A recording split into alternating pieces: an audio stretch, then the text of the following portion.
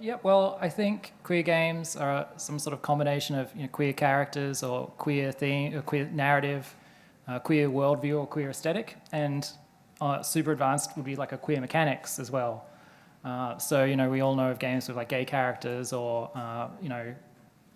coming out narrative or something like that. But then you get down to the mechanics of I played one recently where there's 3 characters in the game, and the character that gets left out kind of changes the whole story, and it was kind of this sort of like alienation, isolation, kind of not feeling part of the team kind of mechanic that played into the narrative as well. It was just very interesting, cool. Yeah. So it's out there. It's very elusive, though, I find. Queer, the more deep you get into queer games, the more elusive the threads can be.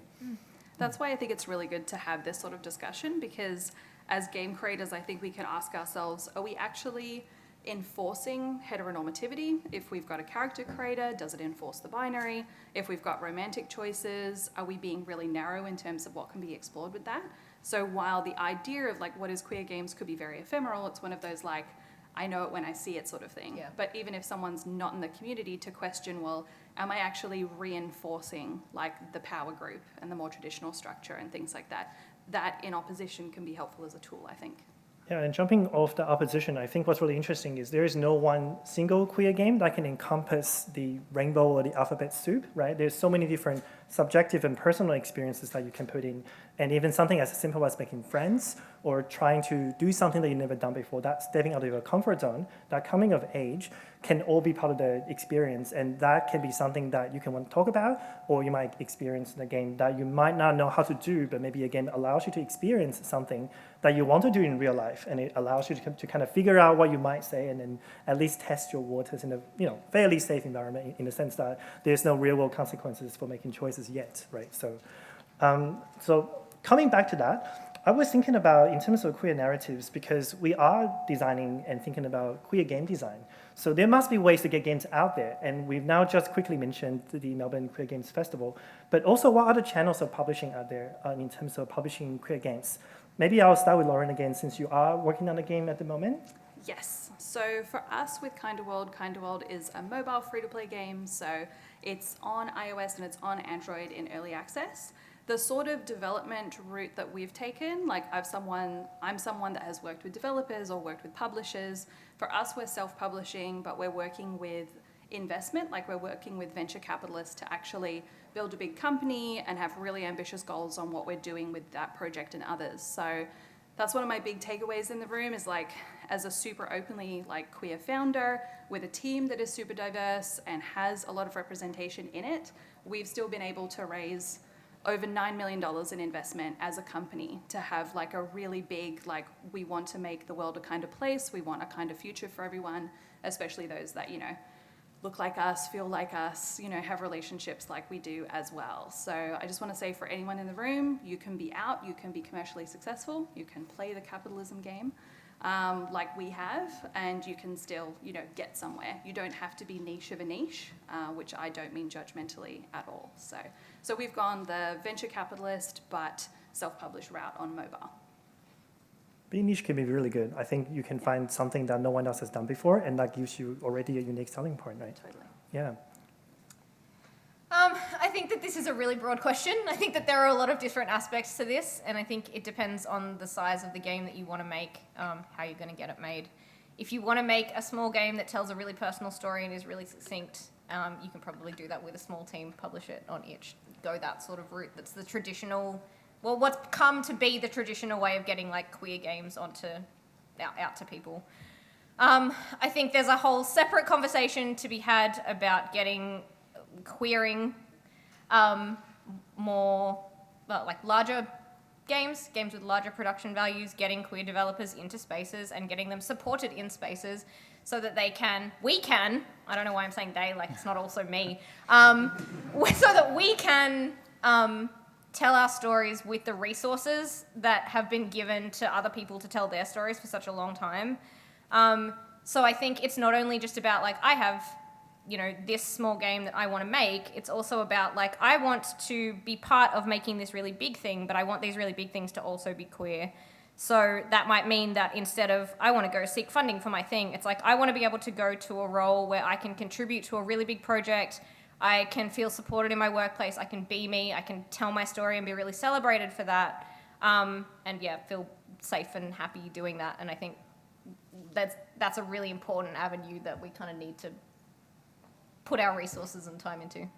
Yeah, for sure. And Luke, you already have a venue, so can you talk about that, but also beyond the festival itself? Well, I think having, like, being a queer person and having a career just in, like, the real world where you're welcome, and that is actually tick, tick, tick, tick, tick, and probably the best way to do it. But if you are some sort of, like, obsessed freak that must make your own games in your own time, there are different ways, I guess, and it really depends on what your strengths are as a small dev. And we talk monetization. The first thing is you have to charge money for your game or find a way to make it make money. I think Australian devs really undervalue their own work, and so they're loath to charge. It's almost like a dirty word in Australia to talk about asking for money.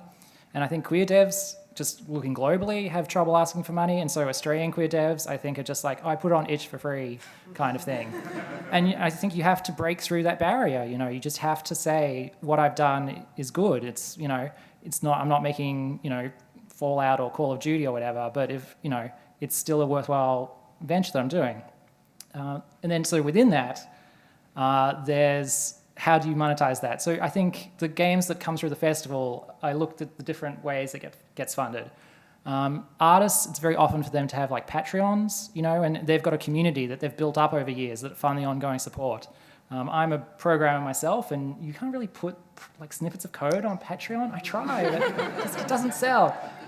So you've got to find other ways for that. So, you know, contract work is a common one of that. But in Australia, very lucky that we have funding bodies to go to who are very receptive to sort of, it's not necessarily about saying I'm here to make a queer game. It's like, I have a story I really want to tell, or I have a game I really want to make. And I think that's what, around the world, like, because the UK has funding bodies too, you know, that's what they respond to. They go, we're not exclusively, you know, a capitalist system. Like, there is money here for art and for something like higher than just sort of a McDonald's burger kind of thing.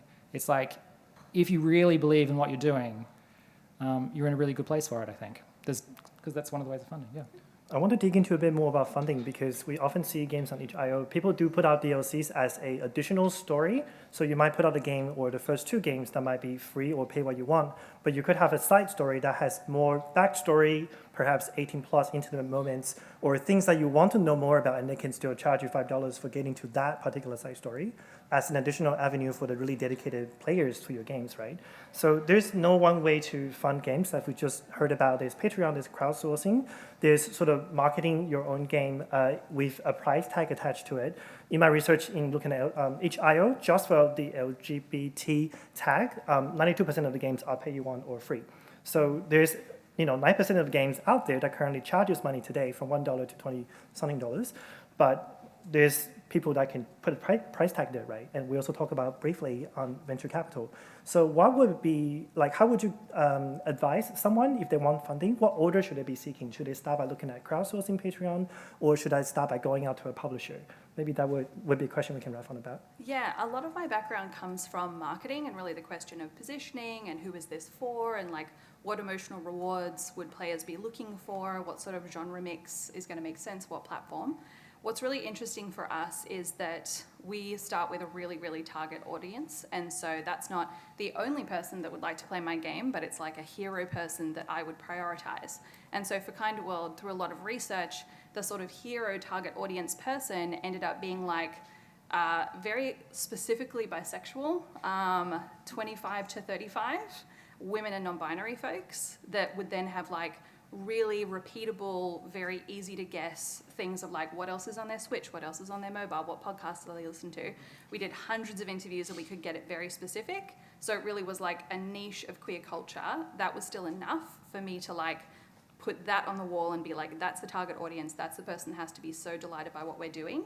And like we get over 1,000 downloads a day from players, and even for the most engaged players, over 20% of them are non-binary. And when I'm doing performance marketing, you can't target non-binary. All the ad platforms still enforce the gender binary. So there's something about our game, there's something about the community around our game that has signaled to a lot of queer community that this is a safe space, this is a place where you'll be celebrated. And so having that be such a huge overrepresentation in our game tells us a lot about what values have we managed to show, what sort of signaling have we done to sort of bring those players in. And it's a really, not to be cynical, but it's like a very commercially attractive player base. I mean, we all know like the queerification of the world through TikTok, like over lockdown. There's more queer people than ever. Like you can make games for them, like you can prioritize them. It's commercially can make sense for that now. If you don't mind me jumping in, Lauren, I think you raised like something that I think is really important if you want to make a real go of it, is you have to make games for someone else. Like you can make a game for yourself the first few times, but if you really want to reach an audience, you have to actually leave that behind a little bit, I think. Maybe going to, did you want to say something? No, funding is not my expertise. Okay, no worries. We have a question from the audience actually, so I'm going to read it out, and it has to do with talking about target audience and how you design your games. So Daniel says, beyond the big project of getting more games to be inclusive of queer narratives, etc., what do you think that looking closely at queer games could reveal to every game developer? So a bit of a loaded question, but maybe we can start with Lauren. Do you mind repeating the question? Sure. My brain went, Yeah, it's a very loaded question, right? So beyond the big project of getting more games to be inclusive of queer narratives, so perhaps talking about activism in bigger projects, what do you think that looking closely at queer games, so its own niche, could reveal to every game developer from, I guess, a design perspective?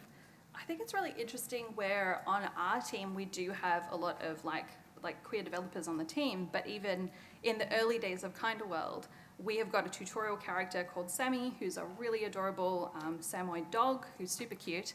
And in the game, people use a mix of pronouns because Sammy uses all pronouns. And players at first were really cynical. They just thought we'd typoed stuff. And so for the developers to be like, no, like Sammy's non-binary, uses all pronouns, and like we'll send the player letters talking about gender confusion or being uncomfortable being like repeatedly gendered a certain way. And so I think there's a certain thing that game developers can learn of, like, you might not have assumed trust from the public, and so you might need to be accountable to that. You might need to navigate it very gently. You might need to try a lot of times, but that it's definitely worthwhile, because once players were seeing that, or once players were hearing that from us, or receiving more letters and being like, oh my God, like, could it be true, sort of thing, like once we won them over, they were then very, very bonded to us and really, really happy. So I think there's a lot of psychographic subtleties that game developers can learn. I once again think it's a hard question because queer games are not one thing, I think. Looking at queer games, I've spent a lot of time looking at like patterns in queer games and trends and the types of representation that are out there and the types of, I guess, queer themes that games tend to represent. And it doesn't feel consistent to me. It feels really, really broad. So I think that's why I'm struggling to answer the question, because I think you can see things like empathy that might be put forward more in these games, or you can see things like inclusivity, where there's more inclusive language used, that games can use more broadly, and people are sometimes more accepting of that than I think people believe, though you've just given an example of that not being true. But I think that's a really hard question, because I think queer games may share some similarities in that they may, like, two games may represent the same part of the queer community, but they would be two entirely different games design-wise. So I think it's tough. Well, I'm willing to be way more evangelical about queer games. All right. I actually think you've picked a really good panel to come to, because I honestly think the best kept secret in gaming, or unknown thing in gaming, is that queer games are absolutely the future of gaming. And I don't mean that like, it'll all be, all the stereotypes will be games in the future. I just mean the things I see in queer games today, I absolutely know will be in the mainstream common games in 5-10 years. Just this sort of focus on well-designed characters who have a real history. Contemporary games, like games just set in the present day. Like, that is, I would say, the vast bulk of queer games are just contemporary games, whereas the mainstream is still doing, science fiction and fantasy, which I love, but to me it's You know, you look at films, you look at books, and you look at music, they're 90% contemporary and 10% fantasy sci-fi sort of thing. Games are completely inverted, but except in queer games, it's back to contemporary. It's showing contemporary games of the future because it's just sort of, I guess, to me, more depth, more mature. You know, there's just a lack of violence as well. You know, once again, I think games are tremendously violent, and I'm quite okay with that sort of thing. But I just think queer games, you hardly ever see guns. You know what I mean? I just think that's just a more normal thing that's just got more happening in a way. So yeah, I really think, no one game represents everyone and all that sort of stuff. But yeah, I just think queer games are such an exciting place at the moment. And they're very misunderstood because they're so, like the ones I think about are very raw and very small. And the production quality is very uneven because they're not made by large teams. And so I think that's this barrier to them. But absolutely, they're diamonds in the rough and absolutely the future. I maybe am cynical. I want to disagree a little bit because I agree with you in some ways, and I believe that there's a lot of queer games that are like that, but I don't think that all queer games are that. I think that there's a whole subset of queer games that are written by people that are not part of the queer community and base their games on stereotypes that are quite dangerous and outdated, and there's actually a lot of really terrible games that would fall into like the queer games kind of category. So while I think that what you're saying is true in a lot of ways, and that there are like the types of queer games that I love, I think absolutely are the future and that should be, and that everybody should be making and playing games like that. But there are still a lot of games that are based on I guess an ignorance or a lack of understanding, or may even be trying to come from a good sort of place, but not have reached out to actually consult the people whose lives they're sort of representing, that I think are quite bad, I guess. I'm not going to disagree. But I will say I went through a kind of similar thing with a game I made, Mike's Work from the Space Tyrant. At the time, kind of a rare game for having where the main character is gay and you can't avoid it. It's not in a silo. Oh, thank you. But I got a lot of blowback from that, just from people around the planet just going, oh, this isn't me. You know, I'm a gay man, game, I'm not this person that's in this game. And it really, at the time, I was like, oh my God, I've really blundered into this whole thing. And then I was doing an interview, and this person just goes, well, it can't be all things to all people, No. you know? And that people are so not used to seeing queer themes in games that the scrutiny on it is very high. And so I do kind of, when we do really look at these things, I do think I've made straight games and I made gay games. Yeah. And the straight games get such an easier ride. Yeah. It's really almost to the point where I'm like, gay audiences, queer audiences are actually really harsh on queer games.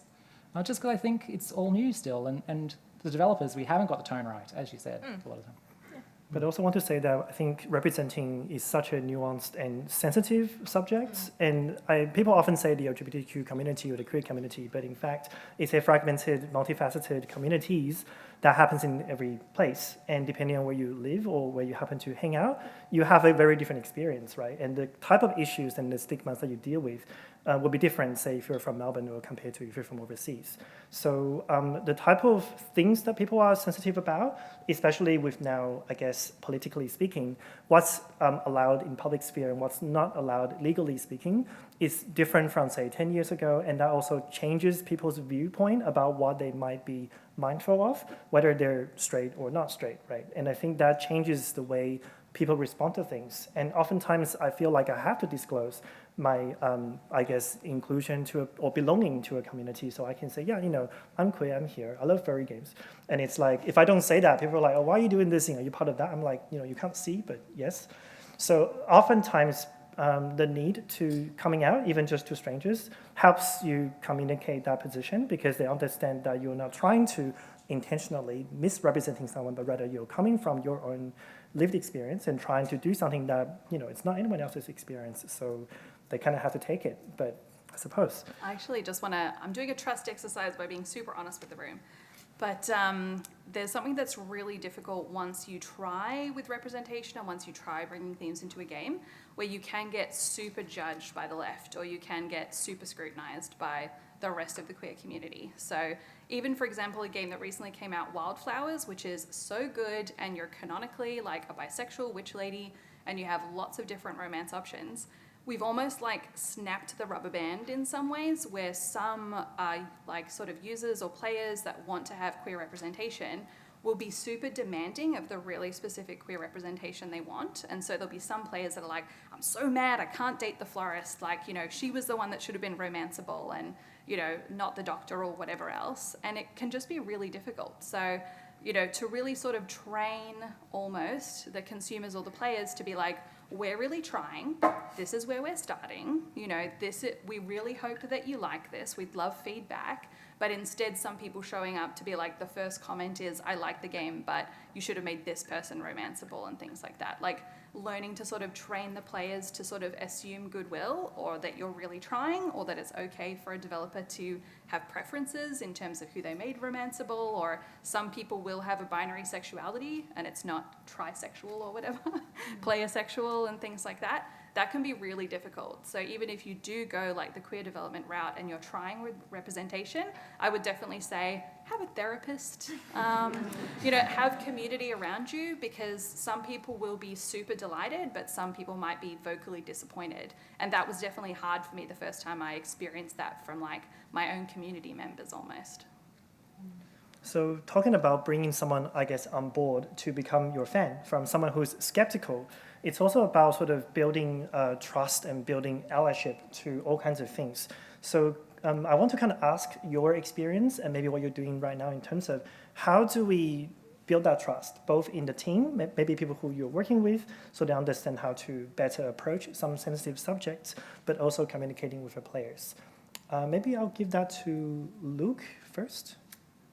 Because I know you just talked about it briefly. Building trust. Yeah. I guess I'm a solo dev, so I guess most of the people I work with are other solo devs or contractors, and so I always think number one rule is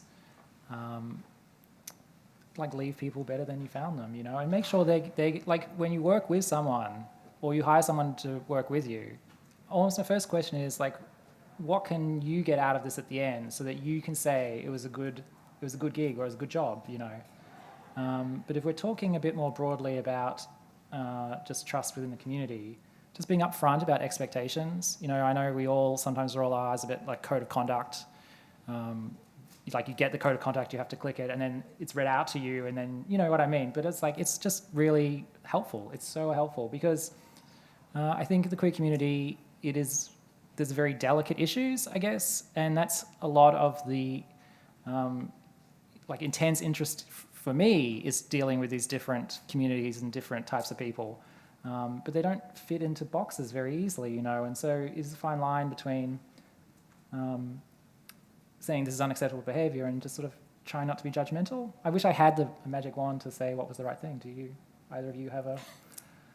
I wish. No, I think that this is all part of the ultimate goal, right? Like, I guess we've talked about how it's like things can't be all things to all people. And it's like, I guess I don't believe that anything should be all things, but I guess that I believe all things should be somewhere. So for me, it's all part of the broader goal of like diversity in the truest sense of the word, that somewhere I want to be able to see all people represented. So I genuinely believe that there will be less of that when there aren't groups that are chronically underserved. If people are able to look and see themselves represented somewhere and say like, yeah, you know, okay, I'm not in this game, but I am in these 10 other games, how great is that? Then it hurts less when a game doesn't represent you, because you can be like, that's fine, that's for someone else, because my thing is this thing, and that's really nice, and we can all have that. And I think right now we don't all have that. So yeah, when it feels like other people are getting to see themselves and you're not, it sucks, it hurts. So yeah.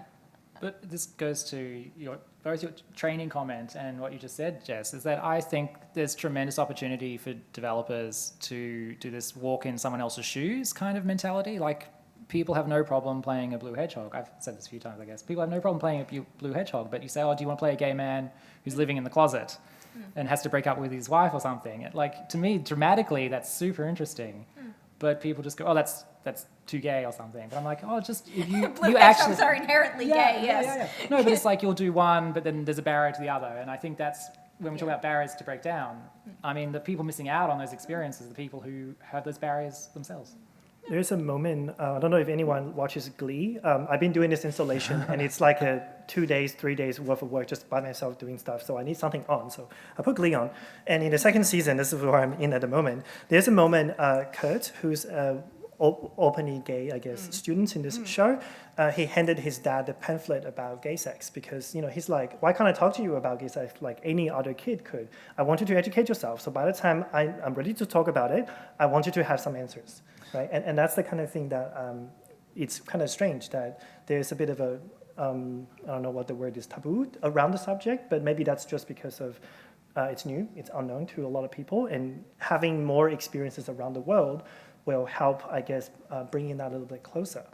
So just to jump in on that one, it's so funny that you mentioned that because that episode of Glee, when I was a teenager, I watched that in my family room with my dad, and this was a little closeted me being like, oh, Dad, how would you have experienced it? Because I think Kurt's dad doesn't react so great. And my dad just made a very homophobic comment. And I was so upset. I was devastated. And that made my little sister go, and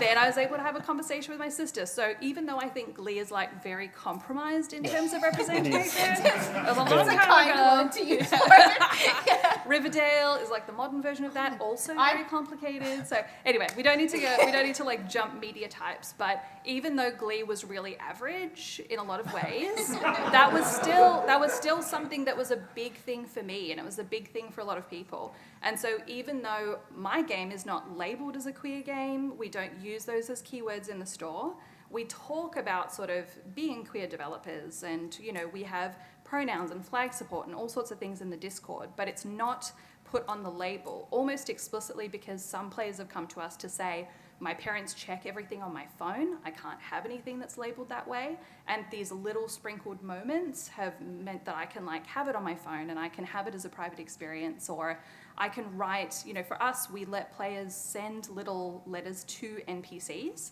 and we don't look at those letters. We have this trust with the players that they can send whatever they want to the NPCs, and some people have talked to us about how therapeutic that is. And so I'm like, I've got a cute little fluffy non-binary dog, and apparently lots of players have come out to the non-binary dog as non-binary, and I'm like, I'm so proud of that. That's so sweet and so lovely. So any representation that you attempt could actually be super important to the audience, and in ways that you will just not realize until it started to happen. So. Talking about an attempt, we have another question from the audience, and I think when we are trying to go for a niche, there are people who see it and they will support it, but it's, as we have just been, I guess, discussing, it is quite challenging sometimes to put in a particular kind of representation that you want to see, because it's so many things going on at once. How do you even tell that story, right?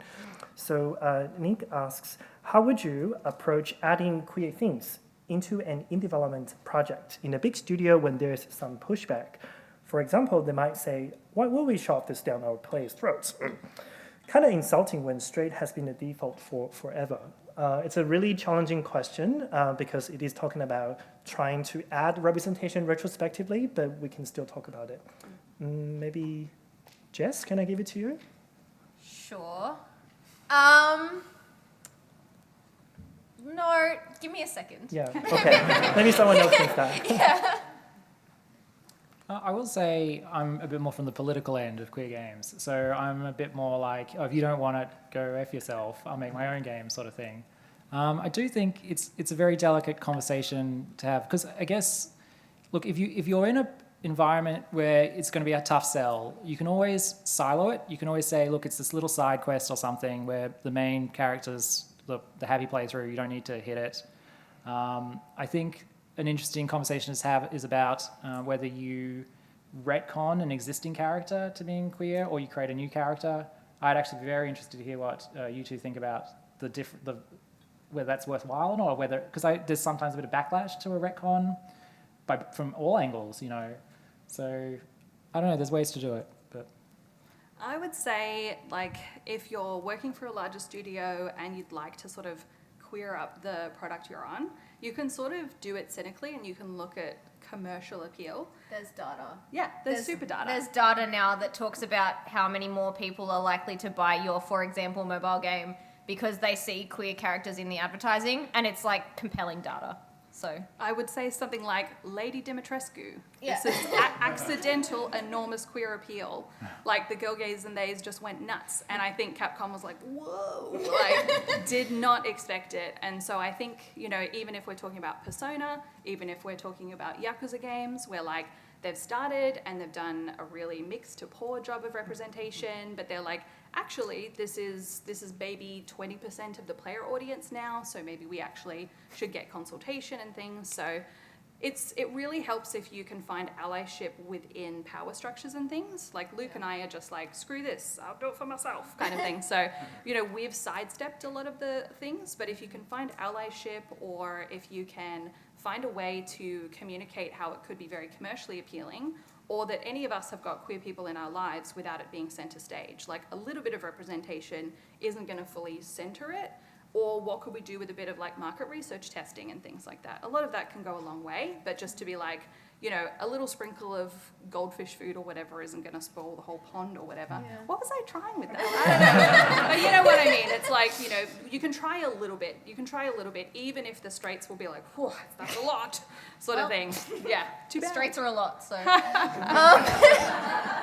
You can get a long way by removing the anti-queer stuff. So Yes. if you can't even put queer stuff in it, I worked at a company where the drop-down, this is not a game company, but the drop-downs were male-female only. And it was just like, you know, if you just replace that, which was easier said than done because it was riddled throughout the code, you know, you may be able to sneak that through, you know what I mean?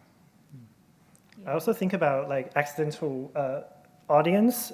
This is coming, from a furry community. Armello is a good example. You might have heard from Ty or another person from League of Geeks 6 years ago at GCAP. They're like, wow, we found this furry community. They really love us.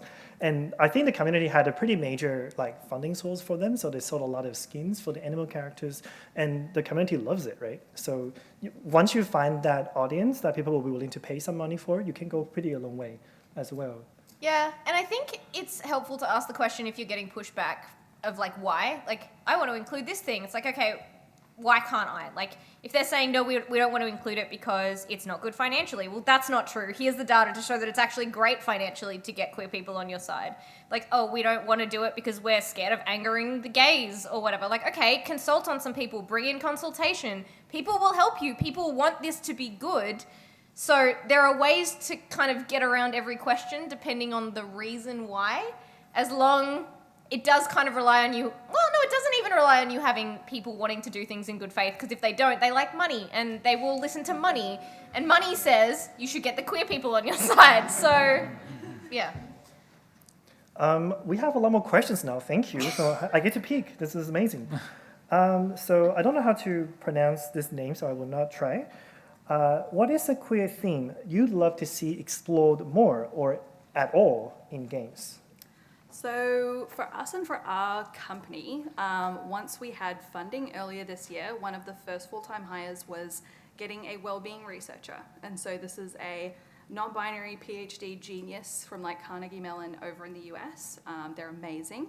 And every week we sit down and have a presentation with this well-being researcher about different themes, different movements, different research that's happening. And a big one that's really interesting for us is the idea of mutual aid. So the idea of us as a community moving resources around for each other so that we're not playing with the rat race and we're not, playing with capitalism. So for us, it was things like, how could we explore players? So we've got like a soft currency called dog treats. They are literally dog treats.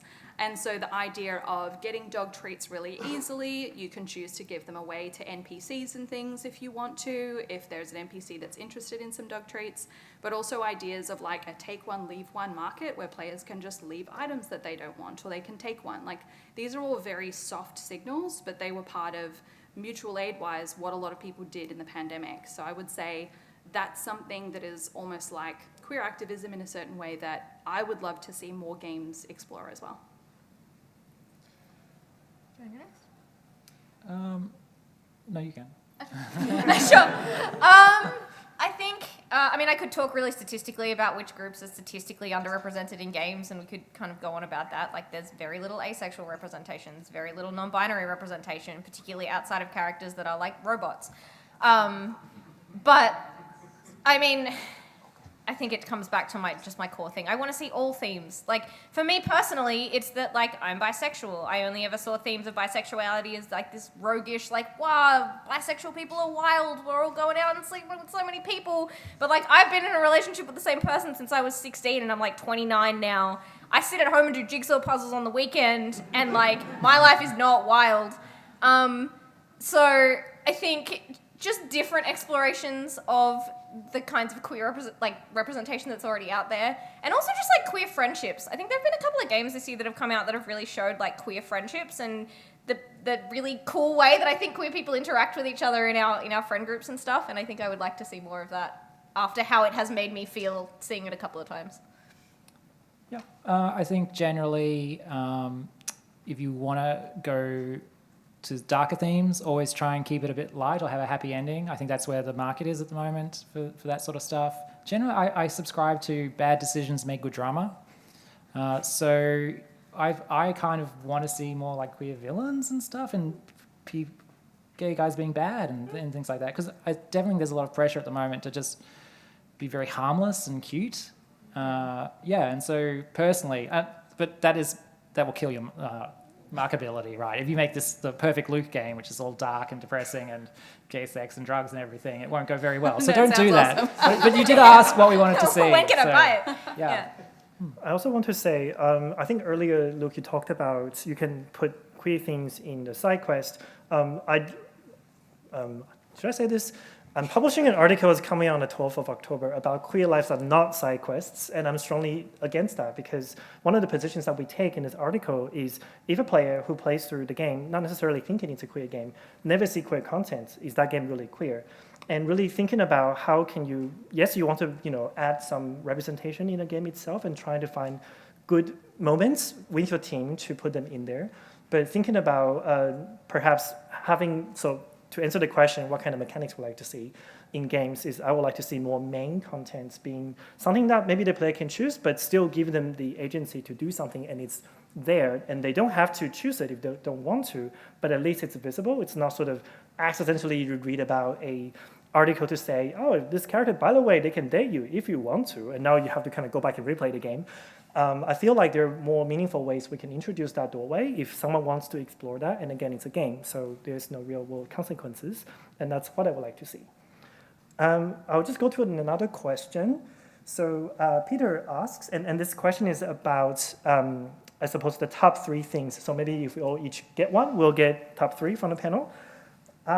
So Peter asks, because games can open to an audience that is so diverse, yes, if you could say in your experience, what could be the top 3 things game producers, from small to large, can keep at the front of their mind to open the door to further representation in their games? I suppose it overlaps a little bit from what we already talked about, but something specific to producers. So maybe I can give it to Lauren? It's a very interesting question. I think I'm sort of coming at it from like a mobile free-to-play kind of context.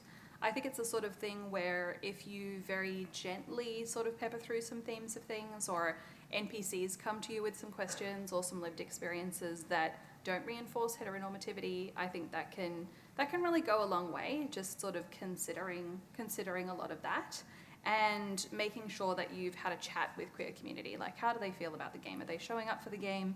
Do they feel like it's not for them? Do they feel like they have to suspend their disbelief? I think all that's a good approach. Yeah, I think for me it's about getting voices in the room where decisions are being made about the game. A lot of people have a lot of diverse stories to tell that they might not necessarily have been, like, not even just stories like actual narrative stories like my life is like this and my life is like this, that they don't necessarily get to share in a room that might kind of influence things where voices are suppressed. So I think being really proactive about being like, everybody in this room, like, not being like, hey, come out to me right now, because obviously not, but like, just, are there perspectives amongst this group of people that are making this game with me that we haven't considered that they might want to share that are getting kind of drowned out by louder voices? I guess that's the big thing for me. Yep. Well, I think with games, you want to have a vision, you want to have a direction. And so you may kind of go, well, I can't put 100,000 characters in it. But what you can do is say, while I'm telling a story about these characters, this particular thing, I don't need to exclude other people. And so I guess when I'm in a room, I'm thinking, who is this excluding by this decision? You know, and 99.999% of times you don't need to do it that way. You know, you can tell your story without, because I guess they're like bum notes, like, you know, when you listen to someone play and they hit the wrong note, and you're like, ooh, it's exactly that same way I find when playing a game, and you just hit a note where you're like, oh, they actually didn't need to, you know, lock the marriage between a male and a female here, or why did they use that pronoun there when they didn't need, like, it's just, it's comes from experience, I guess. So I'm going to go to the next question, and I think this one we have already touched on before, so I'll just kind of see if there's any more we can add to it. So William asks, what's your favorite queer mechanic you've seen in a game, and why do you think that is queer in the first place? That's a very hard question. I've been training for this my whole life. It's all you. Yeah, okay. So, I mean, the word mechanic is very loaded. But, I mean, Robert Yang famously, you know, he's got like a car and just playing with the gear stick, and the actual shape you make with your hand is the queer mechanic. But one that I really love is a little game that was just on itch. It was like a 2-minute game, and it's got two boys sitting on the hood of a car, and they're looking up the stars, and their eye lines cross. And you have to guide their eyes down to each other, avoiding the stars. And it was just, I mean, yeah, exactly. I actually just got shivers about it just then again, even after all these years. I just think it's like, the simplicity of it was just so pure. Oh, anyway, there you go. That's beautiful. I would say, from my perspective, we don't have character creation in our game, but I would say character creation was one of my first exposures to like queer mechanics, especially when, you know, with something like Saints Row where just everything is just unlocked kind of thing.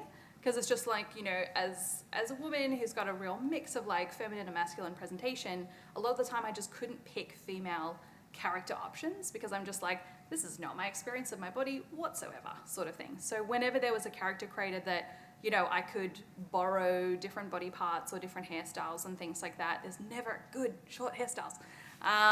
That's definitely a very big thing. And I think, you know, us queers, we just love character creation. We'll just spend hours in there. So, yeah, I think it's probably my favorite. Yeah. Yeah, I guess I like, to pick a really basic, obvious one, I like environmental storytelling as a way of conveying that characters are queer. I think it's a really neat, not necessarily that characters are queer, but just like a queer world, I guess. Like conveying that characters are existing in a queer world. I think it's really neat when you can look at a character and like the things that they enjoy or the things that they're passionate about or like events that they've been going to in just kind of objects and things that they have around their bedroom or their workplace or whatever and see like, this is a queer world this character exists in. I think that's, I don't know, a really special kind of way of making a game feel queer.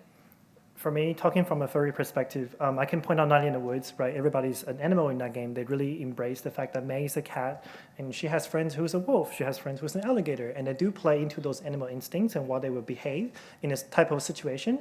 And that can be played into your character development and what they do in a particular situation. And so whenever I read novels or watch a movie where, you know, foxes are good at hearing, they're cunning, they're good at smelling, whereas cats are more subtle, they're more graceful, and those characters do also play into, say, Armello that we just mentioned before. So those are the things that I really enjoy, and whenever I see a sensible reason of why this animal is there, you don't explain why it's there, it's just that, hey, they're good at this, and they're gonna do this. It's always nice.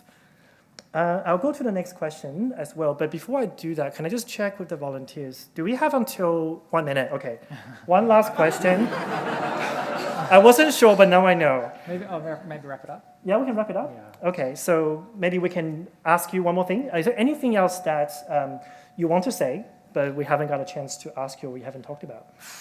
I would just say you can do it.